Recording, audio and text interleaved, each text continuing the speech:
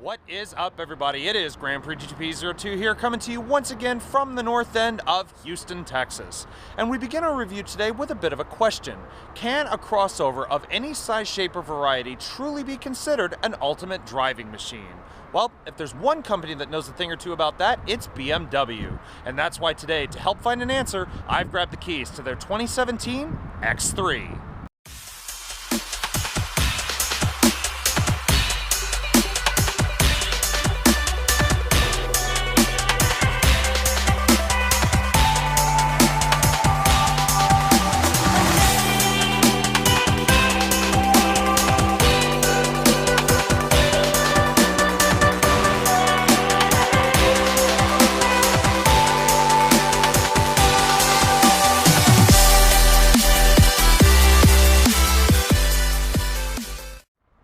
Everyone, so let's get to it. And first off, in order to give ourselves a better understanding of the type of vehicle that we're dealing with here, as well as potentially answer the question we were talking about before, I've borrowed a quote from the company themselves.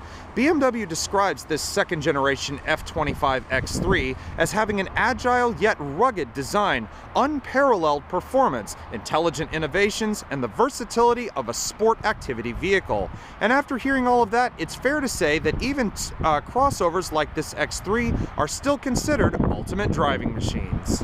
Now, just like the 3 Series is to BMW's sedan lineup, the X3 is sort of the consummate all-rounder in my book as far as BMW's sport activity vehicles are concerned, not being too big and not being too small. But as you can probably guess, buying into one of these, or buying into any BMW product in general, is not going to be cheap. The price tag on my Alpine White sDrive28i test vehicle, $45,695. Now, even at a price tag like that, unfortunately, my tester is still nowhere near the top of the X3 options list. However, some of the more noteworthy features on my particular test vehicle here include the $3,200 premium package, which includes things such as the comfort access keyless entry and the full panoramic sunroof. This one also has the $300 Apple CarPlay compatibility and the standalone $1,950 BMW navigation system. Now, in terms of design, one of the things that I love about BMW vehicles these days, it's the fact that you could rip all of the badges and logos off of one of these vehicles and it is still distinguishable as a BMW product. But looking here just at the front of our X3 tester today, again, it is a little bit more on the basic side in terms of the options list. Case in point, we have these automatic halogen headlights. These are standard on the X3. However, if you want to upgrade these to something a little bit more modern looking, you also have the active xenon headlights, as well as BMW's full adaptive LED headlights in the options list. Now, standard on the X3, you have these LED fog lights down below. I think those are steering adaptive, if I'm correct, so I may have to check up on that as well. You do have these smaller little headlight washers down here below each of the lights, and of course one of BMW's distinguishable exterior features, these large twin kidney grills hidden here at the front, finished with a nice little bit of chrome with a satin silver finish all the way across. Now, when it comes to what you're rolling on, the 2017 X3's wheel and tire combinations are pretty much endless. Well, technically they're not. There's about 5 different standard wheel designs and one that's part of a specific trim. Now, the specific trim one is the X-Line wheel design. Those are the 19-inch specially designed units. However, the ones you're looking at here, again, are the most basic of the bunch. Now, to BMW nuts, these are the Style 307 alloy wheels. However, to the rest of us, in plain English, they are classified as the 18-inch V-spoke silver-painted aluminum alloy units. Now, there are also 4 different 19-inch wheel designs aside from the X-Line design, and these also include the standard 5-star design and also the a couple of M design wheels as well. Now, as I was mentioning previously, the X3 is definitely not the biggest nor the smallest of BMW's sport activity vehicles. For 2017, the dimensions stretch to 183.6 inches long from nose to tail. But as far as options are concerned, even looking at it from the side here, again, it does seem we have the more basic X3 on our hands today. We have body-colored side view mirrors. These are power folding and power adjustable, of course, with integrated LED turn signals here on the exterior. However, as you can see, there is no icon there in the mirror. My particular tester does not have any kind of active safety features included in it, and that does include blind spot monitoring. Now, looking at it here on the door and also up on the roof, as we'll go to here in a second, these are two of the prominent features of that $3,200 premium package that I was talking about earlier. Down here on these body-colored door handles, you can see the accents that lead to BMW's Comfort Access keyless access system. You can touch the back of the door handle to unlock the vehicle and just simply place any one of your fingers over the ribbed pattern here at the edge of the handle, and that will automatically lock it. Moving up to the roof, as I was talking about earlier, we have BMW's panoramic sunroof. It's not a full panoramic roof. As you can see, it doesn't go all the way back here to the back of the roof, but it does actually allow plentiful viewing opportunities for both the front and back seat occupants. And again, that is a part of the premium package. That's not a standalone option like some other crossovers in this particular category. And also as a nice accent, we do have these beautiful polished silver roof rails, which really do contrast nicely with the non-metallic alpine white of our exterior today. Now, unlike the front of the X3, which was refreshed a couple of years ago, the back of this vehicle is still a very familiar sight in a multitude of ways. First off, the design. I'm seeing a lot of influences from maybe a slightly previous generation of the X5 and some of the other X series sport activity vehicles in the lineup, including the multi-piece taillights here. These are halogen units on my tester today. However, again, you can upgrade them to LEDs if you so desire. Typical font and badging here with the X3 badge here on the back, and of course the BMW badge right there in the middle. But speaking of that badge and the positioning of everything right here, one of the options, or even features rather, that my X3 tester is missing is a backup camera. There is no backup camera as standard on the 2017 X3, which is a bit disappointing. Almost $46,000 and no backup camera. I can find a backup camera on a $20,000 car these days, but not here on this almost $46,000 sport activity vehicle. Now, that does mean that there is no rear park assist either. There are no sensors lining the back bumper of this vehicle at all. So again, that's another disappointment, that you actually have to upgrade this thing in order to get some more simplistic features on today's luxury cars, such as a backup camera and the rear park assist.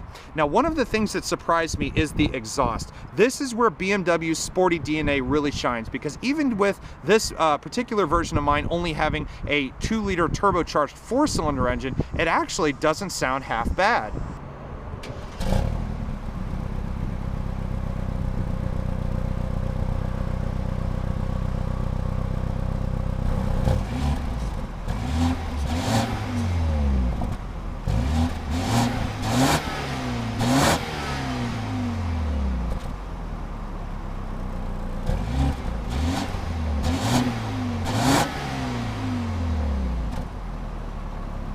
Now, finishing up on the exterior, I guess there's only one question remaining. Would I spend the near $46,000 to actually buy the particular vehicle you see here? And the answer is no. And the factors are pretty plain. Even though it wears the BMW badge and does 0 to 60 in around 6 seconds or so, I still would not buy this thing for that kind of price tag, mainly because I have less features for more money in this particular case, whereas I can buy a cheaper vehicle with more features, but it just doesn't wear such a historic badge.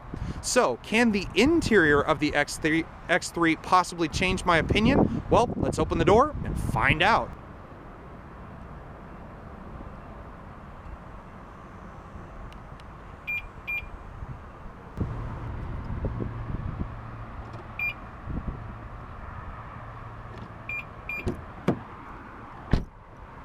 Now, moving things on to the interior here, one of the things that I can genuinely appreciate about a lot of today's BMW interiors, and this X3 is certainly no exception, is the fact that everything is so simplistic, it works exactly as designed, and everything is so easily laid out, it's pretty hard to get lost in terms of where everything goes. Now, my particular X3's interior is finished in the sand beige Nevada leather interior. However, unfortunately to the touch, it doesn't exactly feel like a proper luxury luxury car's leather interior should. BMW's Napa leather, for example, feels very, very soft, very supple. This almost feels like leatherette. It almost feels like BMW's Sensitech leatherette material that they use in some of the lower end models in their lineup. Even though the sticker says it has Nevada leather in it, it doesn't exactly feel like it, which is a little bit of a gripe of mine. Now, both of the front seats here are power adjustable. You have power distance and power recline, power lumbar support, and the driver's seat here does get the 2-person memory setting as well. Now, as far as everything else, in the other aesthetics department, everything else actually feels of pretty decent quality. You have some padded leather up here on the top, finished in black to accent, or rather to contrast the beige throughout the majority of the interior. You have a few different wood grains you can choose from. Mine here is the fine anthracite wood grain interior, or interior trim. It accents nicely and very much complements both the black and the beige, in my own opinion here. The middle part of the door is padded. You got the nice black color contrast stitching, and the armrest, definitely a place I would want to put my arm. The graining in the material still feels a little bit on the large side and almost on the cheap side, but being the fact it's padded, it does actually feel very, very nice. As far as the switchgear is concerned, you do have your usual power door locks. Over here on the door, they've put the control as well for the power tailgate. That's normally something that's reserved, say, for over here to the left of the steering column or maybe up on the roof, but instead they've put it here on the door for much easier use. You do have your power exterior mirrors, and as I said, they are power folding just at the touch of this button here. All 4 of your windows are automatic up and down in both directions, and also you have your window locks to go along with the rest of it. Now, sitting here in the driver's seat of the X3, one of the things I'm noticing is, for starters, the visibility here is excellent. The windshield is slightly slim, but it's not exactly the smallest thing I've ever seen in the world. However, these side windows are gigantic. It pretty much takes up about 1/4 of the side of the vehicle, these windows. So, I mean, a lot of light coming in, especially through the sides here. Pretty good visibility out there past the passenger headrest. You got a 3/4 window back there towards the C-pillar. However, my one complaint would probably be with that back window. It is a little bit on the slim side. I can still see a good bit of the tailgate there, even in the mirror. So unfortunately, that is a little bit of a thumbs down as far as the visibility is concerned. As far as comfort goes, though, I've got plenty of legroom and entry and exit, just as good as a lot of other BMW sport activity vehicles. Now, even though it's in the 70s outside and it feels absolutely wonderful, we're going to give this baby some power. So we have BMW's standard key fob here. It's rather large, but still pocket-sized nonetheless, and it can tuck away pretty nicely. Has all of your standard features, including unlock, push the BMW button to lock it. You've got the power tailgate, as I said before, and the panic function as well. Also, it includes a retractable key blade. You just push the button and the key blade slides out of the bottom, and that can be used to unlock the vehicle should either the key or the car itself lose power. Now, it's just like any other smart key system, so just keep the key fob anywhere within the interior of the vehicle, put your foot on the brake, hit the button on the dashboard, and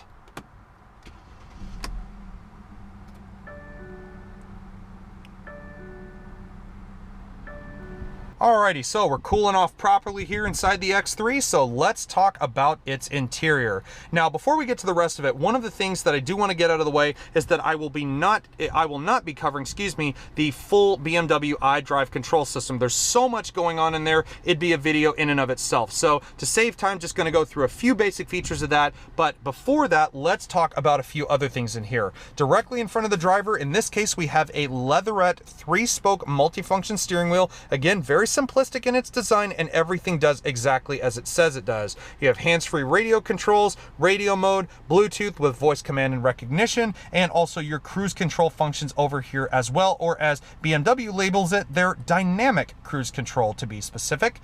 As far as the gauge cluster is concerned, it's exactly as you would expect from BMW. No electroluminescent anything, just basic numbers, needles, and dials. You do have BMW's little display down here, as well as their efficient dynamics meter down here beneath your odometer, or beneath your gear selector and everything else. But again, everything I'm liking about this vehicle is very simplistic. Everything is just so easy to understand and recognize. Now, just over here to the left of the steering column really quick, which is manual tilting and telescoping, by the way, there is a power one available, I do believe. You do have your headlight controls. As I said, they are automatic. However, you can turn them on manually, and you also have the button for your LED fog lights to the side as well. Now, going to that little display there in the middle for just a second to to change all the information, you just simply push the BC button, or this bigger button here on the end of the indicator stalk, to change your information. As you can see right now, we have the basic odometer, trip meter, average MPG, and outside temperature. But we push it, and you can go to things such as your instant MPG, average speed, date and time, make that go away, distance to empty, and of course your compass, just to name a few things. Simple again, yet but it works. Now, moving things over here to the center console, unfortunately I'm looking at one thing right now that I'm not exactly a fan of, and that is the screen up here for the navigation, multimedia, and iDrive control system. It looked like it was originally one of those tablet type screens that normally stuck out of the top of the dash or so, but as you can see, they've put this little piece of the dash here over the top of it, so they've kind of enclosed it a bit, and thus it has become a very slim navigation screen and so on. But to activate it, you simply go down here to your little control panel. You have a click wheel that allows you to scroll through different things, back option, your map, your navigation. The menu button is what takes you to the home screen, so you just push that. You have media, your communication, so that's Apple CarPlay and so on, or excuse me, that's connected drive, I'm sorry. Communications, your Bluetooth streaming, you have your navigation. Connected drive, as I just mentioned, is Apple CarPlay and things like that. My vehicle, that's service warnings and stuff like that, and the same can be said for the notifications over there on the far right. Now, our particular vehicle today does not have any kind of upgraded stereo. No Harman Kardon, no Bang & Olufsen, nothing like that. But it is a pretty decent sounding stereo system nonetheless.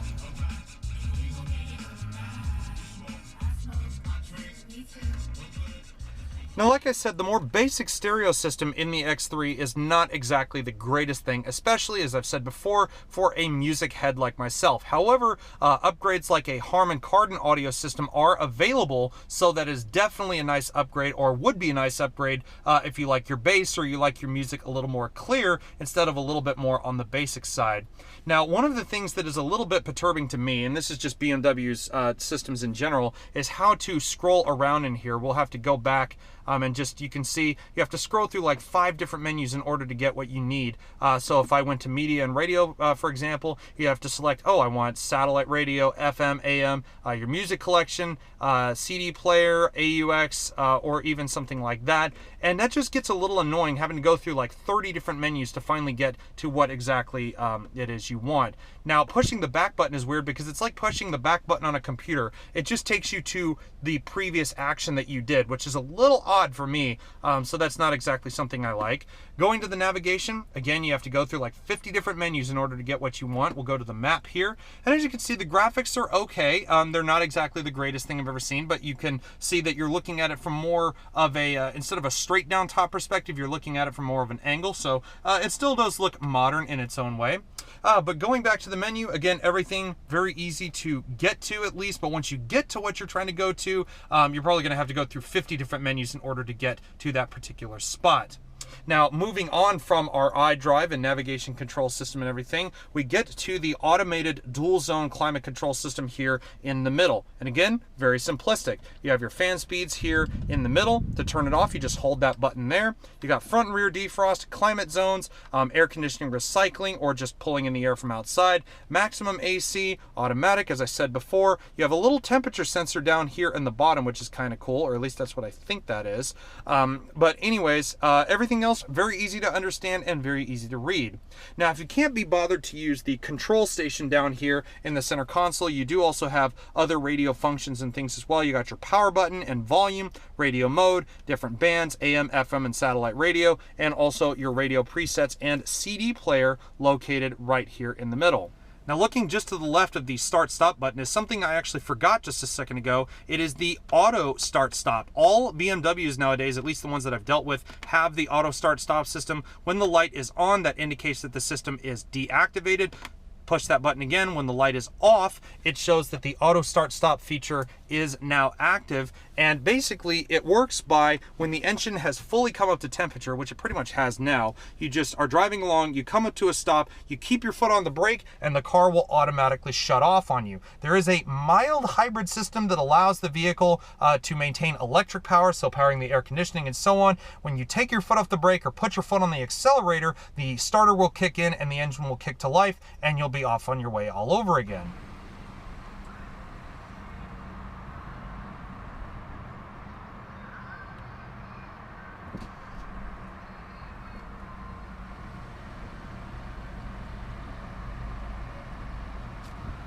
Now moving things along down here to the lower part of the center stack, we do have two smaller size cup holders here, about the same size for each, as well as a small little rubber lined cubby here, about the size of maybe a wallet and a phone combined or something like that, or maybe today's larger smartphones would fit there nicely. No wireless charging or anything like that, so no big deal there. Maybe on a higher end vehicle you'll find an option like that, but not so on our particular test vehicle today. But now we get to the transmission and BMW's dynamic driving control system, or DDC for short. For starters, the transmission in our X3 today, paired with the 2-liter turbo 4-cylinder engine that we'll talk about here in a bit, is the 8-speed Steptronic automatic transmission. And the gear selector is pretty much like all the other BMWs. You just have to push this button on the side here to unlock the selector, just pull it back for drive, push it forward for reverse, couldn't get it there for a second, push the button on top for P, and just pull it back slightly to go into neutral. To go into the manual mode, you go into drive,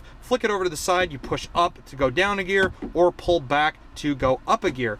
Just a reverse, kind of a race car style, if you will, as they would do with their transmissions. Now, if you want to heighten your driving experience even more, that is where the DDC comes in. You have three or four different modes. As far as I'm concerned, you have Eco Pro, so that controls things or makes things a little bit more fuel efficient for you. You can go to Comfort, which is in the middle, or you can do Sport, which basically heightens everything up, tightens the steering, tightens the throttle response, the shift points, etc., and basically allows you to experience that ultimate driving machine feeling. You also have traction control up here at the top, electronic parking brake as available here on my tester, and also the auto hold function. You just push that, and that automatically engages the brake. So you pull up to a stop, put your foot on, or take your foot off the brake, and the car will hold itself in its acquired position. Coming all the way back here to the center console, it's very nicely sized. You do have a good bit of storage space down in there. You do also have your USB and iPod auxiliary connections, which is nice, as well as a nice little 12-volt outlet to finish it all off.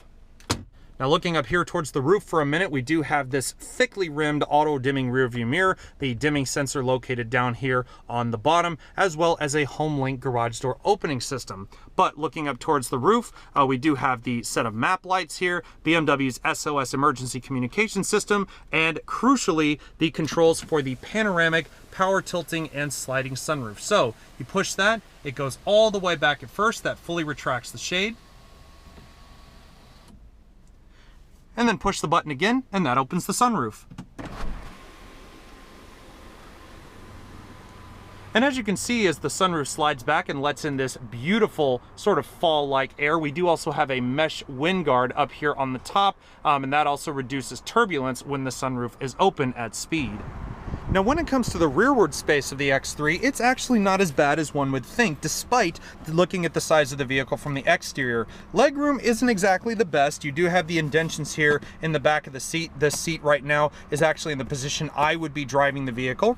You do have two small little mesh map pockets here hidden in the back of each seat. You do also have temperature controls and a fan control for the rear air conditioning vents back here. A small little cubby for maybe a phone or a wallet or something small like that. And a small 12-volt outlet hidden at the base of the back of the center console. So no active USB chargers, but that's not too big of an issue there.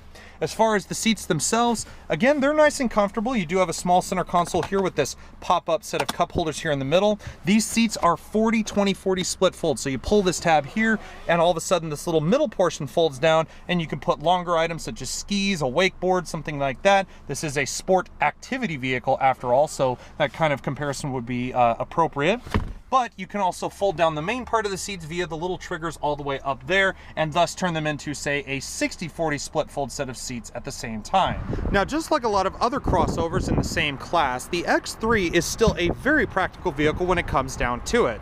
You open the standard power tailgate on our tester here, and you're looking at 27.6 total cubic feet of initial cargo space. Now, this can be extended using things such as the raise-up storage area here in the floor, which at this point contains our Moroni sticker and books in this particular case. But the real magic happens when you fold down that 40-20-40 split fold set of seats that I was showing you just a bit ago. That then extends the cargo room to 63.3 total cubic feet of cargo space, which is pretty much on par with a lot of today's slightly larger compact crossovers. Now, that does mean that you can fit quite a lot of stuff back here, especially if you take out things such as this optional cargo cover here. But all in all, it does still mean that the X3 is a very practical vehicle in the long run.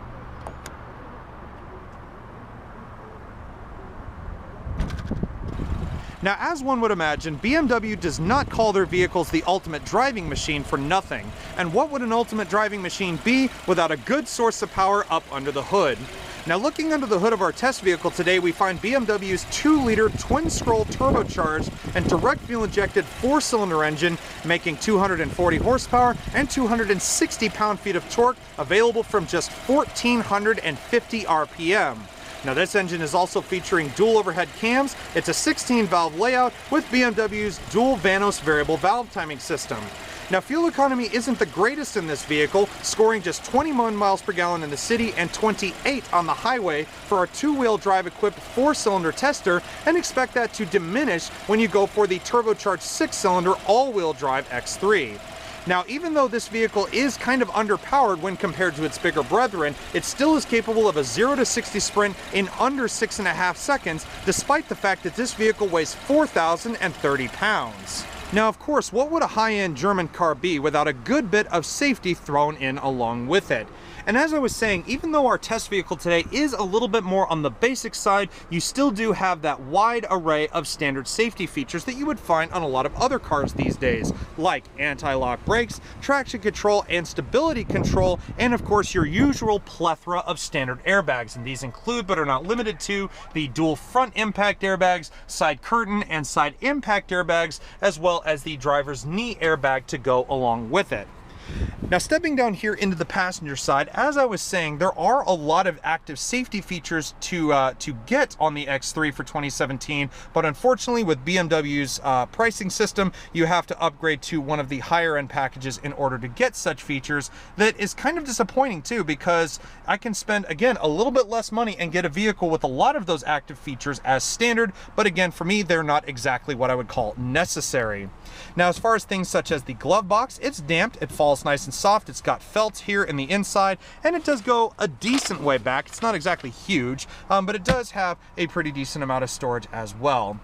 Now, if you can look past the sort of nickel and diming system and try to understand what the X3 was built for, it is still a very enjoyable vehicle. If you've got a small family and you want something fun to drive, you may want to pay a little bit more for it, but at the same time, you still want that legendary German badge. The X3 can definitely be one to be put on your list.